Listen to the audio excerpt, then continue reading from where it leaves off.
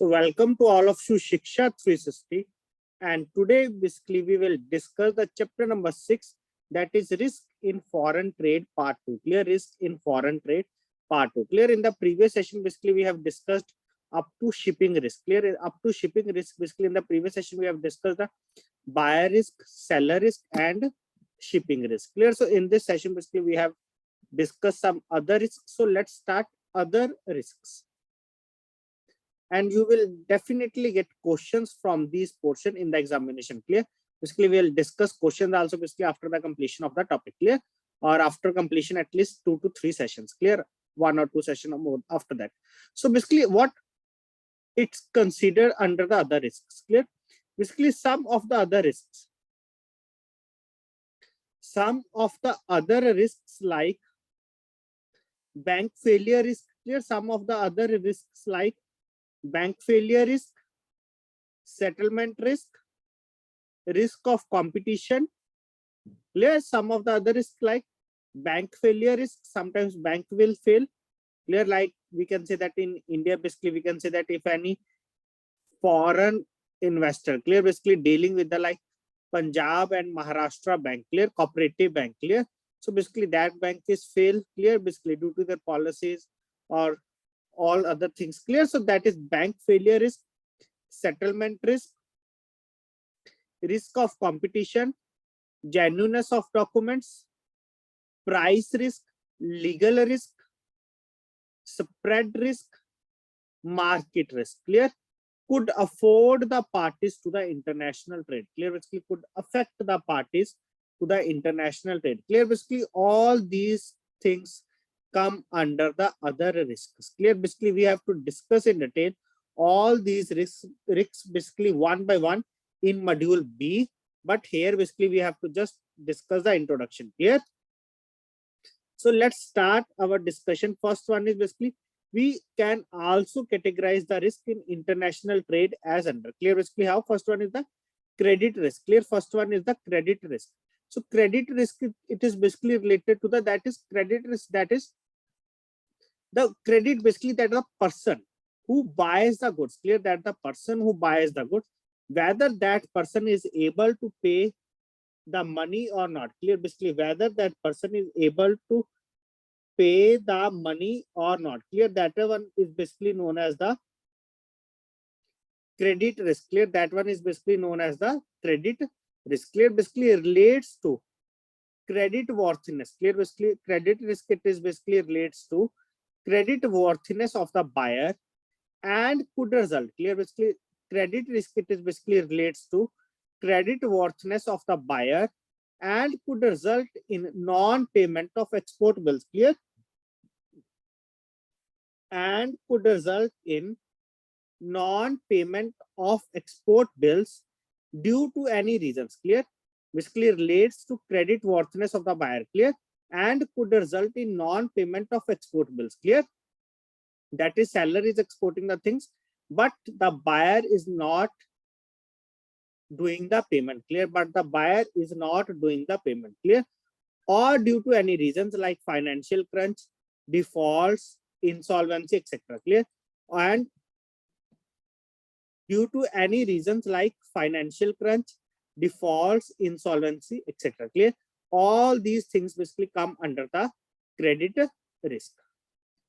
Next one here is to be the legal risk. Clear? Next one here is to be the legal risk. Clear? Basically that is, it relates to any amendment. Clear? Legal risk. Clear? Amendment. Clear? It relates to any amendment in the laws of the seller or buyer's country. Clear? That is, there is any amendment in the law. Clear? That is basically related to the international trade. Clear? Relates to any amendment in the laws of the buyer or seller country, which could result in, clear, basically which could result in inability of the seller. Clear? Basically which could result in inability of the seller to export or of the buyer to remit proceeds of invoices. Clear? To remit proceeds of the invoices. Clear? That is basically we can say that there is change in policy. Clear? Due to the change in policy, that is, it creates problem. Clear? It creates problem to remit the proceeds of the invoices. Clear? Basically general, we can say that to transfer the money, clear, or to pay the bill. It creates some issues in that due to the change in the policy that comes under the legal risk. This could be done. This could be due to embargoes on countries or ban or restriction on export of particular goods. Clear? Ban or restriction on export of particular goods, or ban or restriction on remittance of funds to particular countries, etc. Clear? All these are the reasons. Like we can say that during the COVID time, government made some restrictions on China. Clear? That basically we cannot import these things from the China. Clear? Or basically there is some also restriction on the payment. Clear? On the payment. Clear? So that is comes under the legal risk. Clear? Basically that thing basically comes under the legal risk, basically due to the change in policies of the country. Clear? That is basically due to the change in policies of the country. Clear? Next one here is to be the country risk and political risk. Clear? Third one here is to be the country risk and political risk. Clear? Country risk and political risk. Clear? So basically what we have to discuss under that, country risk and political risk. So it relates to the clear country risk. Clear? Basically it relates to the development in the country of the buyer. Clear? Basically it relates to the developments in the country of the buyer or seller leading to default in export or payments. Clear? Basically leading to default in export or payments. Clear? Basically this could be due to uncertainty in laws. Clear? Basically this could be due to uncertainty in laws, uncertainty in the financial position of the country. Clear? Basically why? Basically this could be due to the uncertainty in laws, uncertainty in financial position of the countries, unharmonious relationship. Clear? Or unharmonious relationship between countries or fluid political situation. Clear? Or clear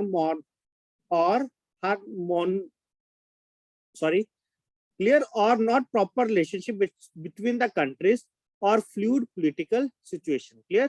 That is not maintaining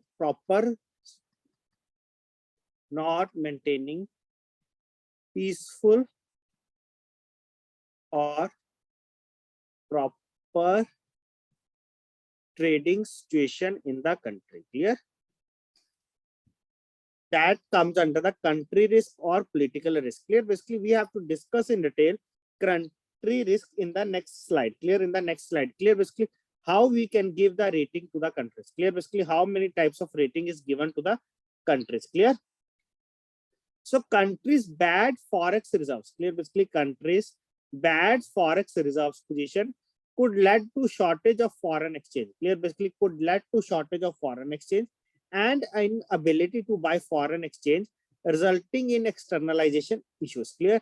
And inability to buy foreign exchange. Clear? And inability to buy foreign exchange, basically resulting in externalization issues. Clear? Resulting in externalization issues. Clear? Basically that all these things comes under the country risk and political risk. Clear?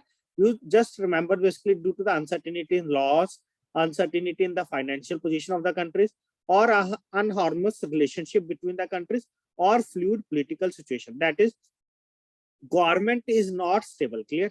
Government is not stable. Clear? That also comes under the political risk and country risk. Clear? So next one here is to be the operational risk. Clear? Fourth one here is to be the operational risk. Clear? So operational risk, basically we can say that like there is any strike in the country. Clear? Or workers on the strike. Clear? Basically regarding that specific organization. Clear? So operational risk, basically it relates to the operational issues. Clear? Basically it relates to the operational issues at both ends. Clear? Operational risk basically means that it relates to the operational issues at both ends, or even sporting organizations place. Clear? Or even at sporting organizations place, like strikes at the seller's factory. Clear? Or even at seller's raw materials suppliers factory. Clear? If there is any strike at the suppliers factory, so basically it leads to problem at the seller's factory also. Clear? because there is no production, because they have not provided any raw material, clear. Or transporters strike, loaders, banks, clearing agent, etc. Clear. All these strikes basically comes under the operational risk, clear, because it impacts the operation of an organization. Similarly, operational breakouts, clear. Similarly, operational breakouts or failures of system, clear. Similarly, operational breakouts or failure of systems or connectivity and communication breakdowns, clear. Operational breakouts or failure of systems, connectivity and communication breakdowns, commissions and other strikes or errors by the operating staff, etc. Clear. Basically could lead to non-shipment, clear. Basically could lead to non-shipment. Either there is non-shipment or delay in shipment, clear, or delay in shipment, clear. Or sometimes basically, like sometimes there are perishable goods, clear. Sometimes there are perishable goods, and due to the strike, clear, basically these goods are not able to reach on time, clear. So that one basically we can say that damage, clear. Shipment of defective or damaged goods, clear. Shipment of defective or damaged goods. Can anyone tell basically what are perishable goods? Or delays in making payments or receiving payments, etc. Clear. Or delays in making payments or receiving payments, etc. Clear. All these things basically comes under the operational risk, clear. Basically all these things basically comes under the operational risk, clear. So you have to remember that, clear. Basically journal basically under the operational risk, first one is the strike, clear. Strike either at the seller's factory or even at the seller's raw material suppliers factory, or transporters, loaders, banks, clearing agent, etc. Clear. Similarly, operational breakout, clear, that is due to the communication failure, clear. Due to the communication failure or due to the connectivity breakdown, clear.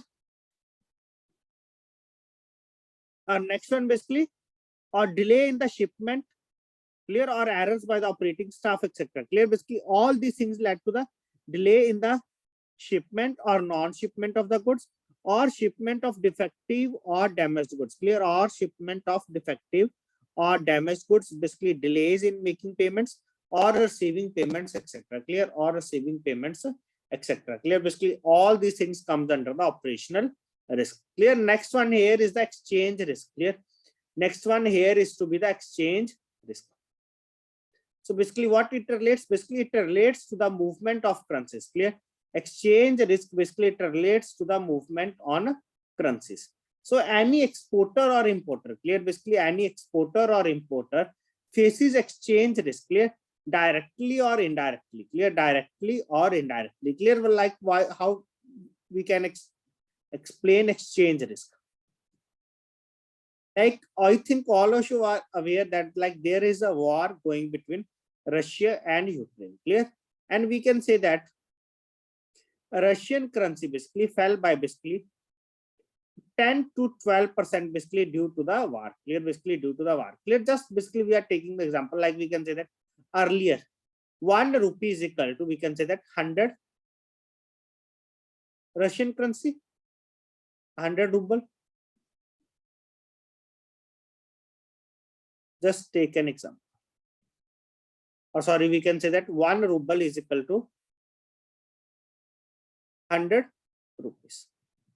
Now what will happen? Basically due to the war, the value of the Russian currency basically downs, clear. Like we can say that here A purchases 100 ruble, clear, and wants to sell that ruble in the Indian market basically after 10 days. But due to the war, basically the value of the ruble goes down. The 1 ruble is now basically comes out, we can say that rupees 70, clear. So basically there is 30 rupees down, clear. So that is basically known as the exchange risk, clear. Basically when that person is going to sell that in the Indian market, so basically they have purchased at 10,000 and now A able get only rupees 7,000, clear. So that is basically known as the exchange risk, clear. Sometimes it becomes costly and sometimes it becomes cheaper, clear. So exchange risk basically it relates to the movement of currencies.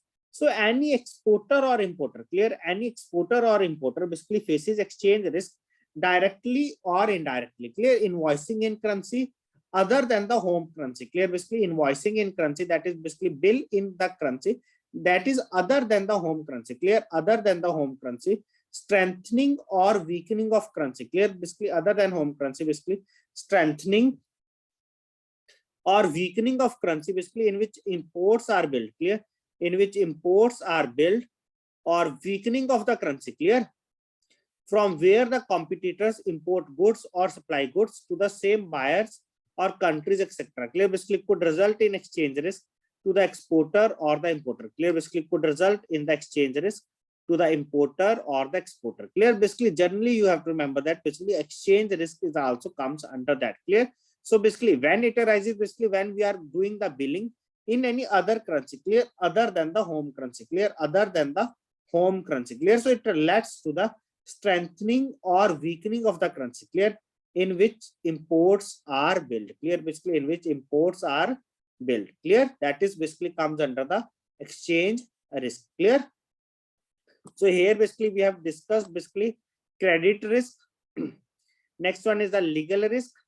Third one here is the country risk and political risk. Fourth one here is the operational risk, and last one here is the exchange risk, clear. Last one here is the exchange risk, clear. Hope it is clear to all of you regarding all these risks. Next basically we will move towards the one example, and after that basically we will different categorization of risk, clear. So basically for example we can say that like after the exports, clear, after the export, basically like we can say the export is done, clear, invoice in foreign currency are made, clear, invoice in foreign currency are made, basically strengthening of the home currency, clear, basically strengthening of the home currency, basically when payment is received, clear, basically what will happen now, there is strengthening of the home currency, clear. Now basically we can say that earlier basically we can say that $1 is equal to 67 rupees. Now basically $1 is basically 64, clear. Basically this is strengthening of the home currency, clear. This is basically strengthening of the home currency. So basically when payment is received, clear, basically when payment is received, basically it would result in exchange loss, clear. Basically here there is exchange loss for that person, clear, basically who are saving in the monies, clear, who are saving in rupees, 3 rupees loss, clear. That is basically when the strengthening of the home currency is done, clear, strengthening of the home currency, basically when payment is received, basically it would result in exchange loss, clear, it would result in exchange loss, clear. Basically from this they have already asked question on in 2022, clear, basically on 30th January 2022, basically they already asked question on this point, basically when there is strengthening of the home currency, clear, basically when there is strengthening of the home currency and payment is received, clear, and payment is received, clear, so it would land in the exchange loss or profit, clear. So that it would land in the exchange loss, clear. So you have to just understand, clear, strengthening of the home currency, basically what it means, that it means this one. Next one basically similarly strengthening of the home currency, clear, basically similarly strengthening of the home currency, basically to a higher extent as compared to competitors home currency, clear, as compared to basically competitors home currency, clear, basically could result better pricing, clear, basically here there is more strengthening, clear, basically with respect to the other competitors home currency, clear. So it would result, clear, basically it could result better pricing, clear, it could result better pricing by competitors, clear, it could result better pricing by competitors and in shifting of orders to the other country, clear, and in shifting of orders to the other country, clear. Hope it is clear to all of you basically what are these different types of risk, clear. Now move to the country risk, clear. Now move to the country risk and we have to discuss in detail, clear. So basically country risk, so basically international trade is prone to the country risk, clear, basically why, because due to the chances of loss, clear, due to the chances of loss in cross border trades, clear, basically due to the chances of loss, due to the chances of the loss in cross border trades which can be caused, clear, basically which can be caused by events in a particular country, clear, basically due to the chances of loss in cross border trades basically which can be caused by events in a particular country, clear, like we can say that Afghanistan and India, clear, basically most of the dry fruit are imported from the Afghanistan in India, clear. So if there is an issue arises, clear, between these two countries, clear, so it leads to the basically country risk, clear, it leads to the countries, and sometimes basically it leads to the loss also, clear, basically it leads to the loss also, clear. Basically when we can say that basically during the festival of Diwali, there are many restrictions are imposed on Afghanistan basically by the Taliban, because Taliban acquired the Afghanistan, clear. So now dry food is not imported in India, clear, basically due to the restrictions, clear. So basically it leads to the higher prices in the country, clear, of that thing, clear, it leads to the, that is basically comes under the country risk, clear. So international trade is prone to the countries basically due to the chances of loss in cross-border trades, clear, basically due to the chances of loss in cross-border trades, basically which can be caused by events, clear, basically which can be caused by events in a particular country affecting the profitability of the business, clear, affecting the profitability of the business, or recovery of trade credits or investment, clear, or recovery of trade credits or investments, clear. So there could be several reasons, clear, there could be several reasons leading to defaults by the buyer, clear, there could be several reasons basically leading to be default by the buyers due to reasons, clear, basically buyer default, but the buyer default basically due to the reasons which are not under his control, which are not under his control, clear. But basically why they default, basically due to the, but for the government, political, economic or legal reasons of the land, clear, but for the governmental or political or economic or legal reasons of the land, clear. Reserve Bank of India, clear, Reserve Bank of India has prescribed country risk guidelines, clear, very, very important for the examination point of view, clear. Reserve Bank of India basically has prescribed country risk guidelines basically for the authorized dealer banks, clear, authorized dealer banks. So in terms of these guidelines, clear, basically in the terms of these guidelines, banks have required, clear, basically in the terms of these guidelines, basically banks are required to have their own country risk policy, clear, basically in the terms of these guidelines, basically banks are required basically to have their own country risk policy, clear, to have their own country risk policy and have a system, clear, and have a system of grading or a rating of countries, clear, and have a system of grading or a rating of countries basically based on a set of parameters, clear, basically based on a set of parameters, clear. Basically you have to remember the rating also, clear. I will tell you the technique basically how to remember, but you have to remember that, clear. 1 mark question basically you will expect from that, clear. So basically where banks do not have their own system of rating of countries, clear, basically when the banks do not have their own system of rating of countries, they can adopt the country risk rating of ECGC of India, clear. So at that time basically they have to accept or adopt the country risk rating of ECGC, clear. So the country risk classification, clear, the first question from that basically into how many types, clear, or into how many categories basically they can be classified, basically the country risk classification of ECGC of India, clear. The country risk classification of ECGC of India basically classifies countries, clear.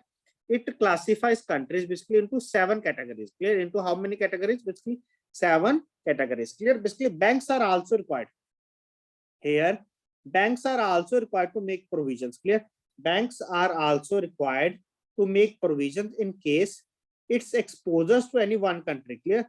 Banks are also required to make provisions in case its exposure to any one country is 1% or more of its total asset, clear, as on the last balance sheet date, clear. Basically banks are also required to make provisions when basically in case its exposure to any one country is 1% or more of its total assets as on the last balance sheet, clear. So the country risk exposures of a bank, the country risk exposures of a bank basically what it includes, it shall include exposures by way of balances abroad, deposits placed abroad, investment abroad in bonds, debentures, overseas lending to the corporates, as also trade finance exposures, clear, as also trade finance exposures, clear. Basically it includes all these things, clear, it includes all these things. Now basically what are these factors, clear. So what are the factors basically which need to be assessed while reviewing the country risk, clear, can be enumerated below, clear. So what are the different factors basically which we will take to analyze the risk, clear? First one is the political stability or the instability. Second one is the international relations. And one thing I will tell you, basically, you don't need to remember these things, but you have to go through at least these points at least 1 or 2 times, clear? Because you can just go through, that is, these points are under that. So political stability or instability. Second one is the international relations. Third one is the economic policy. Fourth one is the gross domestic product. Fifth one is the inflation. We have to discuss it in detail, inflation in the ABM, clear? Very, very important for your examination point of view, clear? Inflation, exchange rate volatility, level of foreign trade, balance of payment, external debt, international reserves, clear? IMF quotas, international rating, past track record on payments, and last one is the overall assessment, clear? Last one is the overall assessment, clear? Basically, just go through the first 6, clear? That are very, very important, clear? Because generally they will ask in the option basically these 6 points, clear? Like GDP is assessed or not, clear? While reviewing the countries, clear? So this is correct one, clear? Like this way, basically they will ask questions, clear? So next one here is to basically what are the 7 categories, clear? Basically, RBI has suggested that banks have their own system for assessing country risk, that is, set their own parameters basically for categorizing the countries as per the risk, clear? However, banks who cannot have their own country risk assessment and classification basically can adopt the country risk classification published by the ECGC, clear? Basically, where the banks have not their own risk classification of the countries, so they can accept it. The risk classification basically published by the ECGC, clear? So ECGC basically adopts a 7-fold classification, clear? ECGC basically adopts a 7-fold classification covering presently 204 countries, clear? It updates and publishes the country risk classification on quarterly basis, clear? Already this question asked in the examination. Basically, they update or publish the country risk classification basically on the quarterly basis, clear? On the quarterly basis, clear? So basically, how they can classify the risk, clear? Basically, we know that there are total 7 categories, clear? So basically, medium one is to 4th, clear? Basically, 3 up and 3 below, clear? So let's move toward this one, clear? That is moderate risk, clear? That is a moderate risk, clear? Basically, 3 terms are above this one and 3 terms are below of this one, clear? So moderate risk, it is basically what is B2, clear? Moderate risk, it is basically what? B2. Now move one step upwards, clear? That is moderate risk. Here it is basically moderate low risk, clear? It is moderate low risk, that is B1. And move 1 point below. Here it is moderate low risk. This is moderate. This is moderately high risk, clear? Upward low, downward high, clear? Moderately high risk, that is known as C1, clear? Here it is to be low risk, remove moderate. Here it is also remove moderate, that is high risk, clear? Here we have to remove moderate, that is a high risk, clear? Here move upward, significant, insignificant risk, that is A1, clear? Here basically we have to move 1 point down, that is very high risk, clear? The insignificant risk basically we can say that very low risk, clear? Insignificant risk basically it means that very low risk, clear? So on the other hand, basically in the upper side, basically we have to check that is basically known as a very high risk, clear? That is very high risk, that is D category, clear? That is D category, clear? And one thing I will tell you, basically like in the 2018 updated version, clear? In the 2018 book updated version, basically they have mentioned here basically 237 countries, clear? Basically they have mentioned here that is 237 countries, clear? And basically they have the risk classification data, basically here date they have also mentioned basically of the 2017, clear? Basically I will tell you one thing, that is basically whenever you check the website of the ECGC, basically every time there are countries will be increased, clear? Every time these countries will be increased, clear? Basically we have to go through basically like our exam basically check on the examination letter. Clear? Basically, up to how much time basically they have asked. Clear? Like we can say that if our exam is in the June, so basically we have to cover at least last year December data. Clear? Up to December data. Clear? So all these things basically updated on the website of IIBF. Basically, we will provide you data according to that. Clear? We will provide you the data according to that. Clear? Hope it is clear to all of you basically up to this much point. Clear? Basically, ECGC adopts a 7-fold classification, that is B2 moderate risk, upward that is moderate low risk, below one that is moderately high risk. Clear? Why I will give more focus on that? Because every year they will ask 1 or 2 marks question basically from these types of things also. Clear? At least 1 mark question. Clear? So please remember all these things. Clear? Here it is moderately low risk, that is B1, C1, high risk, low risk A2, C2, very high risk or insignificant risk A1. Clear? So basically in this session, basically we have to discuss up to this much point. Clear? So hope it is clear to all of you regarding all these risks. Clear? And basically we have to discuss basically the main role of ECGC. Clear? Basically what is the main role of ECGC and its main activities and policies. Clear? And its main activities and policies. Clear? In the next session basically we will discuss that type of things basically which they will ask in the form of case studies. Clear? Which they will ask in the form of case studies. Clear? Hope it is clear to all of you. So thanks to all of you for attending this session.